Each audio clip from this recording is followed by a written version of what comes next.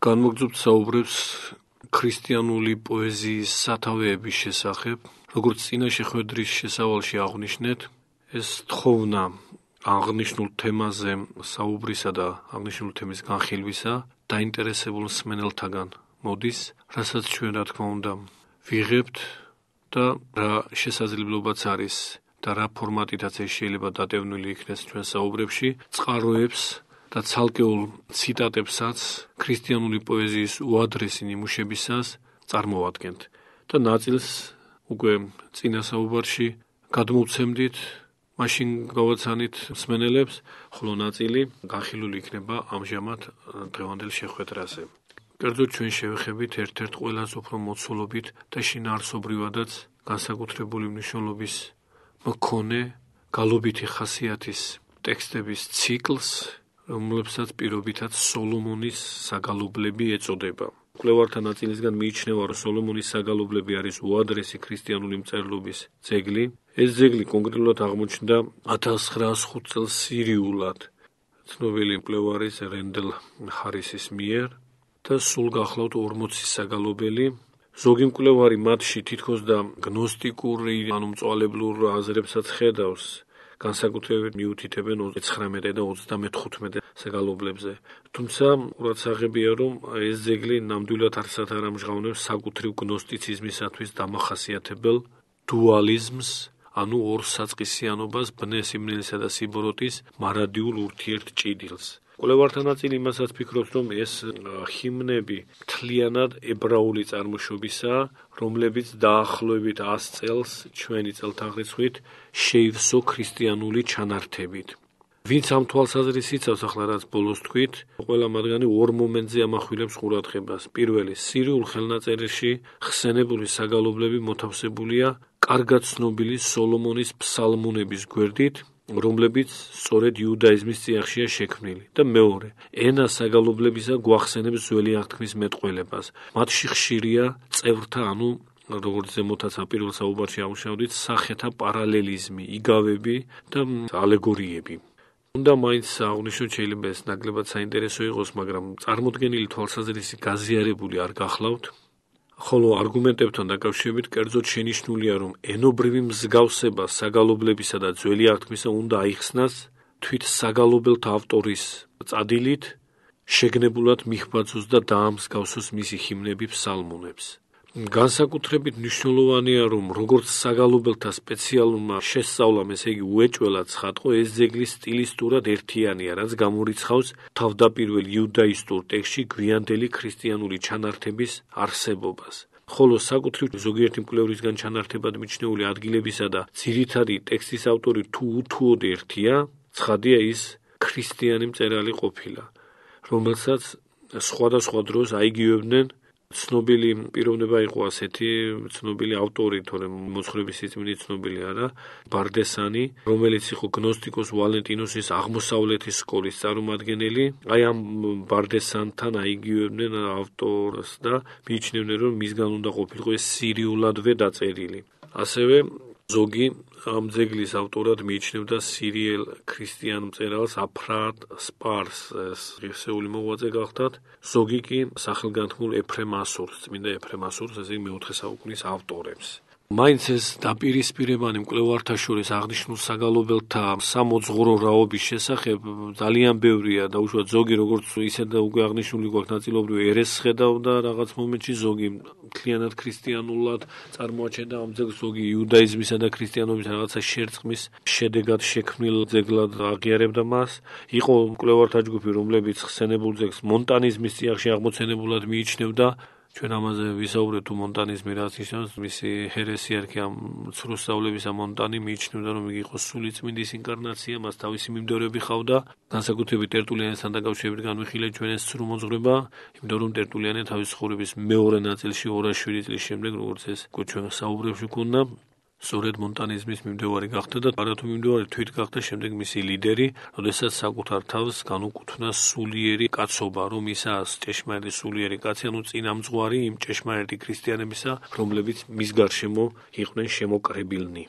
აი ამ მონტანიზმის წიაღში აღმოცენებულად მიიჩნია ზოგიერთმა მკვლევარმა აღნიშნული საგალობლები, მაგრამ მკვლევართა უდიდესი ნაწილის აზრით ამგვარი დაშვება არის სრულიად უსაფუძვლო და მაინც ყველაზე უფრო გავრცელებული თვალსაზრისის მიხედვით სოლომონის საგალობლები წარმოადგენს იმ რწმენათა და იმედების ასახვას, რაც ახასიათებდა აღმოსავლურ ქრისტიანობას, ანუ ქრისტიანობას აღმოსავლეთში. ეს გარემოება, რა თქმა უნდა, არ გამორიცხავს მითოლოგიისა და ბერძნული ფილოსოფიის ზოგადად გავლენას ავტორზე, რაც ჩვენ მრავალ ქრისტიან მოღვაწესთან დაკავშირებით შეგვეძლო აგვენიშნა, თუმცა გავლენაზე ლაპარაკი შეიძლება უფრო ნაკლებ ადეკვატური და ზედმიწევნითი იყოს, უფრო ზუსტი იქნებოდა გვესაუბრა იმაზე, რომ ამ საგალობელთა ავტორის და თითქმის ყველა ერუდირებული ქრისტიანი ავტორი ზედმიწევნით იცნობს და საჭიროების შემთხვევაში, როცა ამის აუცილებლობას ხედავს, იყენებს კიდეც წარმართული აზროვნების, ანტიკური აზროვნების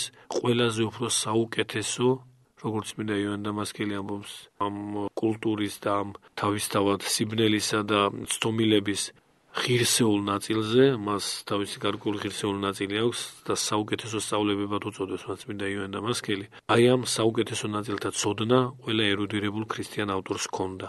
და არ არის გასაკვირი, რომ ესეთი ღირსეული ღვთისმეტყველური კუთხით საკმაოდ ღრმა ძეგლი, როგორიც ეს საგალობელნია, აღიბეჭდავდეს რაღაცნაირ ცოდნას ანტიკური მითოლოგიისა და ბერძნული ფილოსოფიისა. თხზულების შექმნის თარიღად უთითებენ მეორე საუკუნის პირველ ნახევარს, ესე ძალიან ადრინდელი ეპოქაა. შესაძლებელია, რომ ეს საგალობლები თავდაპირველად კონკრეტულად ბერძნულ ენაზე იყო დაწერილი და არა სირიულზე, არც თუ ებრაულზე თუ არამეულზე. სხვათა შორის, როცა ეს განხილვები მიმდინარეობდა, ამის შემდეგ, ესე იგი მოგვიანებით აღმოჩნდა ამავე ძეგლის შემცველი მეორე ხელნაწერიც, იმავე სირიულ ენაზე, ესე იგი ეს ხელნაწერი სირიულია, რომელსაც აკლია პირველი 16 საგალობელი. მაგრამ რაც არის ეს რაოდენობა საგალობლებისა, ესე იგი 24 საგალობელი, შესაძლებლობას გვაძლევს ორი ხელნაწერის საფუძველზე ტექსტები შევადაროთ, იმ დასკვნის გამოსატანად, რაოდენ დიდია მათ შორის ხობა, ან არის თუ არა საერთოდ და განიცადა თუ არა ამ ტექსტმა გადამწერთა შორის გარკვეული ან გაუგუღმართებანი, ან და უბრალოდ შეცვლანი. ჩვენ აღვნიშნავთ იმასაც, რომ სოლომონის საგალობელთა შესახებ ადრე ქრისტიანულ მწერლობაში გვაქვს რამდენიმე მითითება და ციტირებაც მათგან. კერძოდ ცნობილი ლაქტანციუსი, რომელიც მე-4 საუკუნის ავტორია, თავის შრომაში საღმრთო განწესებანი გვაწვდის ციტატას მე-19 საგალობლის მე-9 მუხლისას.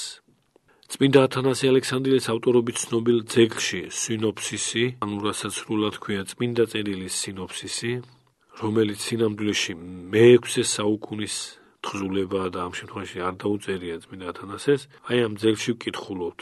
ძველი აღთქმის წიგნებში გვხვდება აგრეთვე სხვებიც, რომლებიც კანონიკურად არ მიიჩნევა, მაგრამ რომლებსაც უკითხავენ კათაკმევლებს. ასეთებია მაკაბელნი, სოლომონის ფსალმუნი და საგალობელნი. აი ეს მითითება გვაქვს ფსევდო ათანასესეულ შრომაში წმინდა წერილის სინოფსისი. ხოლო წმინდა ნიკიფორე აღმსარებლის, ესე იგი ნიკიფორე კონსტანტინოპოლის მე-9 საუკუნის ამ უდიდესი მოღვაწის სტიქომეტრიაში, რაც თარიღდება დაახლოებით 800 წლით, დასახელებულია სოლომონის საგალობლები. ესე იგი იმ დროისთვის მისთვის ხელმისაწვდომი იყო ჯერ კიდევ გულისხმობთ ბერძნულ ენაზე, იმიტომ რომ ძალიან საეჭვოა ნიკიფორეს სირიულ ენაზე არსებული ტექსტის სტიქომეტრია, ანუ მუხლობრივი აღრიცხვა მოეცა. და საზოგადოდ ბერძენმა მამებმა სირიული არავინ არ იცოდა. ცნობილი გნოსტიკური ძეგლი პისტის სოფია, რაც ჩვენ ნაწილობრივ განვიხილეთ, როდესაც გნოსტიციზმის შესახებ ქონდა საუბარი, აი ეს ძეგლი გვაწვდის 5 საგალობლის მთლიან ტექსტს და უწოდებს მას, აი ამ 5 საგალობლის ტექსტს, წმინდა წერილს. რადგანაც ეს გნოსტიკური ძეგლი, ესე იგი ეს პისტის სოფია მოღწეულია კოპტურ ენაზე, შესაბამისად ეს საგალობლების ტექსტიც ამ ხელნაწერში კოპტურადაა დაცული. ამიტომ საყურადღებოა, რომ ხსენებული 5 საგალობლის კოპტური და სირიული ტექსტების შედარებით ორივე მათგანი ბერძნულიდან ჩანს თარგმნილი. ესე იგი, რამდენიმე მონაცემი არის საკმაოდ წონადი მონაცემი, რაც ჩვენ მიგვითითებთ, რომ ეს საგალობელი სირიულად კი არ დაწერილი, არამედ თარგმანს წარმოადგენს ბერძნულიდან. აღნიშნული საგალობლები მეტად მისტიკური შინაარსისაა და ამჟღავნებენ წმინდა იოანე ღვთისმეტყველის სახარების ძლიერ გავლენას. უმეტესი წილი საგალობლებისა არის სადიდებელი ჰიმნები, რომლებიც თავისუფალი არიან საღვთისმეტყველო სპეკულატური აზროვნებისგან. ბევრი მათგანი და ეს მოსალოდნელიც იყო ეძღვნება დოგმატურ ქარიზმატულ თემებს, განკაცებას, ჯოჯოხეთში ჩასვლას, საღვთო მადლს და სხვა. მაგალითად, მე-7 საგალობელი 100 აგვიწერს განკაცებას და საკმაოდ კარგი აღწერილობა ცდომელობის თვალსაზრისით დოგმატიკის შუქზე. ჩვენ თუ მეორე მუხლიდან დავიწყებთ, შეგვიძლია რომ ამ ტექსტის ციტატა აქ მოვიტანოთ და ყოველ შემთხვევაში ჩვენეულ თარგმანში ეს ტექსტი ასე ჩანს. სიხარული ჩემი არის მაცხოვარი და ვისწრაფვი მისკენ. ეს არის ჩემი მშვენიერი გზა. რამე თუ ის მიმიწვის უფლისაგენ, რომელიც უშურველად გამომეცნაურა მე. თავის სიმარტივეში, აქ თავის სიმარტივეში ეს სიტყვები მართალია ახალ მეოთხე მუხლში იწყებს, მაგრამ სინამდვილეში გაგრძელებაა ძველი მუხლისა.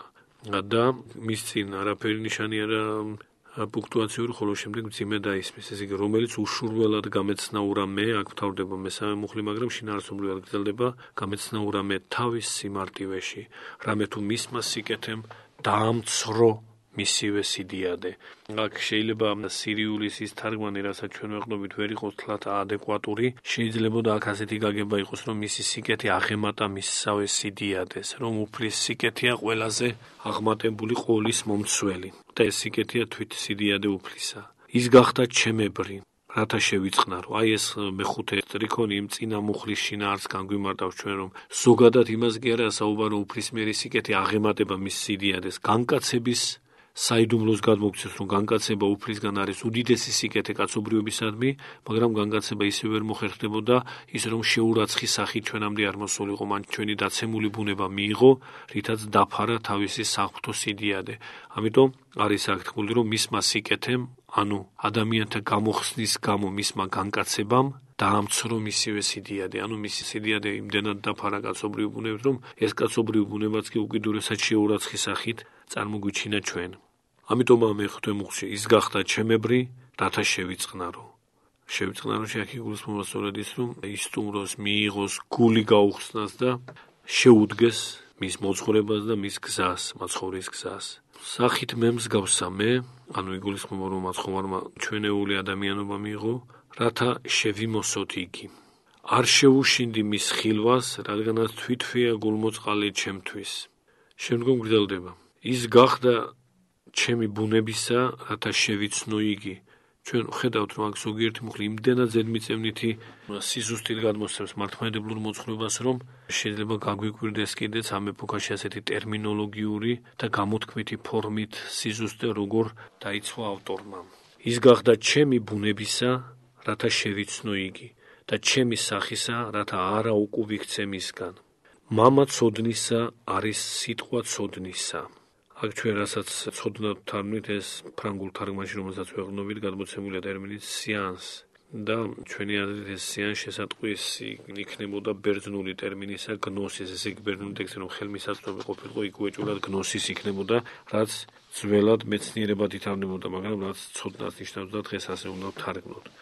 შემდგომი მეათე მუხლი. ვინც სიბრძნე დაჰბადა, მის მსახურებზე, ესე იგი სიბრძნის მსახურებზე მეტად ბრძენია. ვინც მე შემქმნა, ადრევე იცოდა, რაც ვიქნებოდი შექმნის შემდეგ.